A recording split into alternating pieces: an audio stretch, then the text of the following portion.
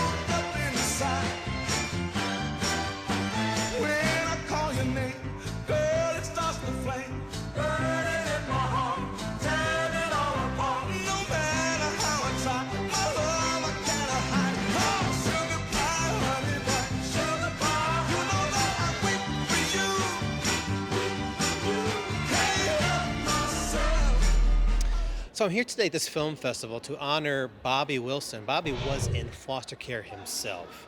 So my part of the film was talking about how Bobby was in foster care and the foster care system in general. You know, right now foster care is really in crisis. We're seeing more children coming in because of the opiate addiction, seeing more children coming in because of Roe versus Wade. And Bobby's is a success story in foster care. You know, Bobby was in foster care basically his whole childhood, from 18 years, and he is a success. So many children in foster care haven't had that opportunity, so I'm really excited for this film. The title of this film is The Last Teardrop. That's taken from one of Jackie's number one hits, Lonely Teardrops. We also like to focus on foster care and adoption, being that Bobby spent 18 years, was never adopted. We thought it was important to shed light on his journey and have him be kind of a shining light towards others, young people who are currently, as we all have friends or people we know who are either fostered or adopted.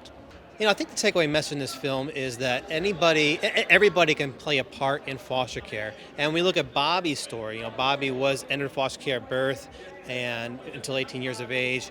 You know, 55% of youth in foster care, when they leave the system, quit school. 65% end up incarcerated. 75% end up homeless.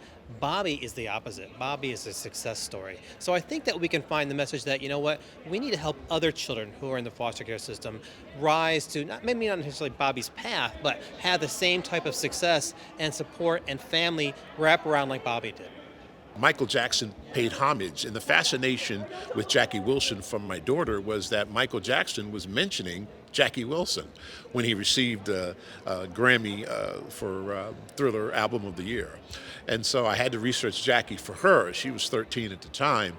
And of course, that led me to Bobby and his fascinating story. I trumped every Hollywood person who tried to get Bobby to do a story on his life because I hit him with the right stuff because I truly believe in it. And I am just someone who's very, very conscious of what goes on with our young people. Tony reached out to me a little bit before the pandemic and said he wanted to do a film about my life and talk about, my association with Jackie Wilson and also, growing up in a foster home. So I was thinking the foster home angle I really wanted to talk about. I started out, I used to sing in high school and the choirs and in church and stuff like that, but I never took it serious. I never thought I was a singer. And then I joined the Navy, got married, joined the Navy, and I was thinking I would be in the Navy for the rest of my life and I wasn't going to sing. But 10 years into the Navy, I started passing kidney stones. I got a medical discharge. And Bruno Mars' father approached me to join his doo-wop group when he saw me hanging out at a karaoke bar.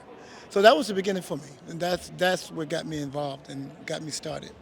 Once I was in that show for a few days, a few weeks, I was hooked. I knew this is what I wanted to do. To tell a story, it does take on a lot of things: the life of itself, the process, the story behind the story, the production behind the production. So we tried to capture as much as we could in traveling to Las Vegas, to Detroit, to North Carolina, South Carolina, Tennessee. But we got it, and we feel real good about the story. I guess people started talking about me, especially when I got to Atlantic City, and then the Four Tops asked to see me because they went and saw a whole bunch of my shows. And when the Four Tops saw me, they brought me up and introduced me to Duke and Levi and everybody, and we talked about my past, and come find out they knew my mother, and the rest kind of was history. You know, I met the family, I met my brother Thor, and I realized Jackie Wilson was my biological father. And from there, I decided I carry the banner of my dad, his music, keeping his music alive. I can't help when I walk on stage and people remember him. I can't help but do his music because they're gonna want to hear it, you know. So I do, and they see a glimpse of my dad in me, and sometimes that's just good enough for them that Jack is still here with us. I just want the film to go as far as it can, but there are so many ways this film can help young people, music enthusiasts who, of course, knew Jackie and knew Bobby and know his side and his future. It's just a great opportunity to combine great efforts for one. My mom used to say, it doesn't matter how we get here. God wanted us here. So it's just a matter of us doing our job and taking care of each other. Love ye one another as you love yourself. That's it.